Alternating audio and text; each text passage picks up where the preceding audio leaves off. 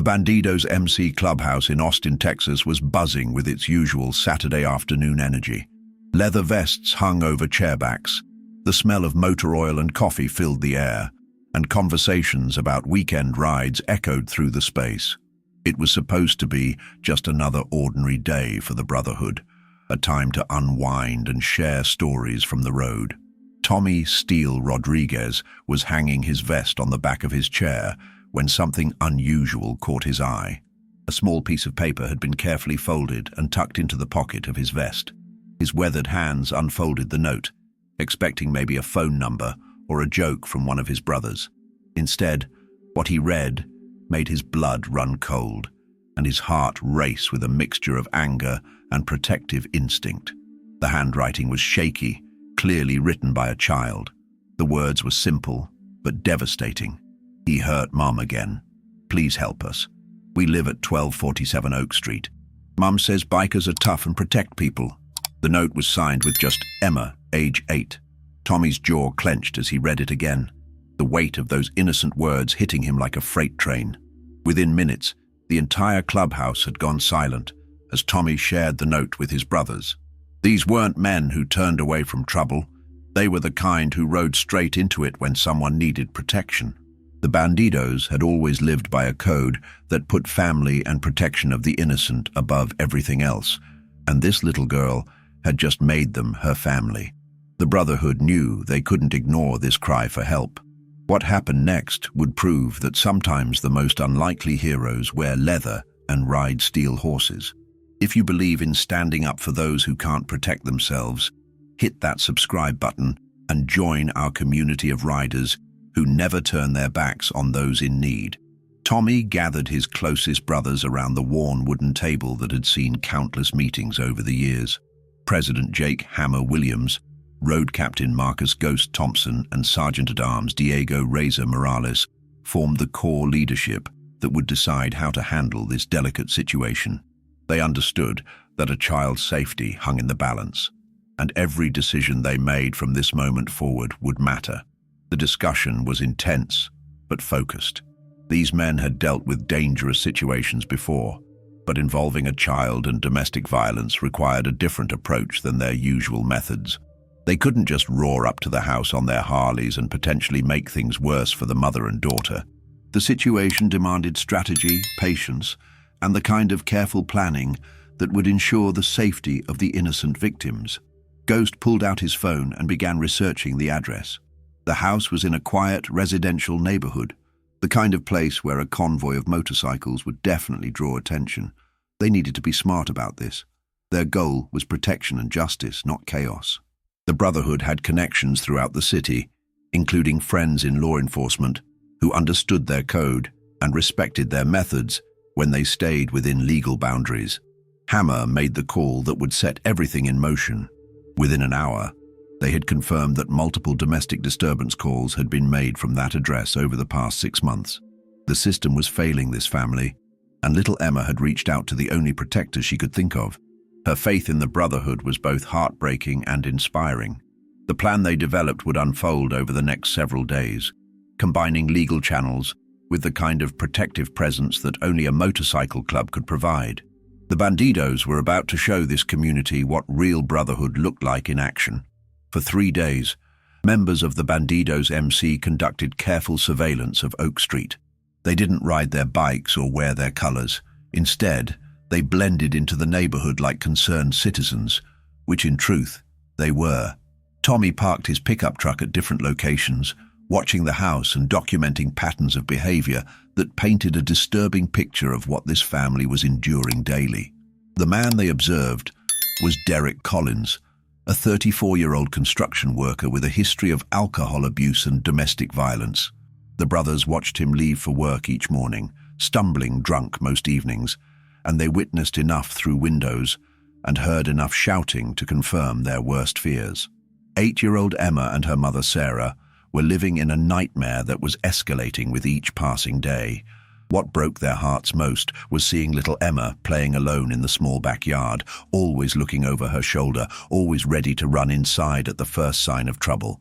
This wasn't the childhood any child deserved, and the brotherhood felt the weight of responsibility that came with her trust in them. They had become her protectors the moment she slipped that note into Tommy's vest pocket. The legal approach was moving too slowly.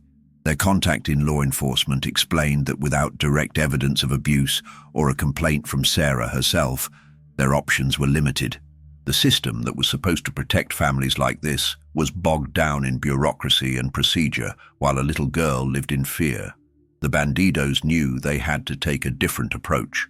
The breakthrough came on Wednesday evening when Derek's shouting could be heard from the street, followed by the sound of something breaking and Sarah's muffled crying. The brothers knew they couldn't wait any longer. It was time to introduce themselves to Derek Collins and explain how things were going to change in his household. Thursday morning brought an unusual sight to Oak Street. 12 Harley-Davidsons rolled slowly down the quiet residential road, their chrome gleaming in the morning sun and their engines rumbling with barely contained power. The Bandidos MC had come calling, and Derek Collins was about to learn what happened when someone hurt the innocent under their protection. Neighbors peered through curtains as the motorcycles lined up perfectly along the curb.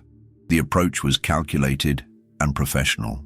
Hammer, Ghost, and Tommy walked to the front door, while the other brothers remained by their bikes, a silent but unmistakable show of force and solidarity. When Derek answered the door, still nursing a hangover from the night before, he found himself face to face with 3 large men whose presence commanded immediate respect and attention. Derek Collins. Hammer's voice was calm, but carried the weight of absolute authority. "We need to have a conversation about your family. Specifically, about how you've been treating your wife and daughter." Derek's face went pale as he realized this wasn't a social call or a case of mistaken identity. These men knew exactly who he was and why they were there. The conversation that followed was direct and unambiguous. The Bandidos explained that they had received information about domestic violence in his home and that this behavior was going to stop immediately. They weren't there to threaten him with violence. They were there to offer him a choice. He could get help for his drinking problem and anger issues, or he could face the consequences of continuing to hurt his family. Derek tried to bluster and deny, but the evidence was overwhelming, and the presence of 12 motorcycle club members made it clear that lies wouldn't be tolerated. The brotherhood had given him a chance to do the right thing, and now everyone would see what kind of man he really was when faced with accountability. The transformation began immediately, but not in the way Derek had hoped. Instead of taking responsibility for his actions and seeking help, he became more angry and resentful, directing his rage towards Sarah for what he assumed was her betrayal. He had no idea that his 8-year-old daughter was the one who had reached out for help, and the Bandidos were determined to keep it that way to protect Emma from his potential retaliation. Within 48 hours of the initial visit, the situation escalated dangerously. Derek's drinking increased, and his verbal abuse became more threatening. Sarah, terrified of what might happen next, finally found the courage to call the domestic violence hotline that Ghost had discreetly given her during a chance encounter at the grocery store.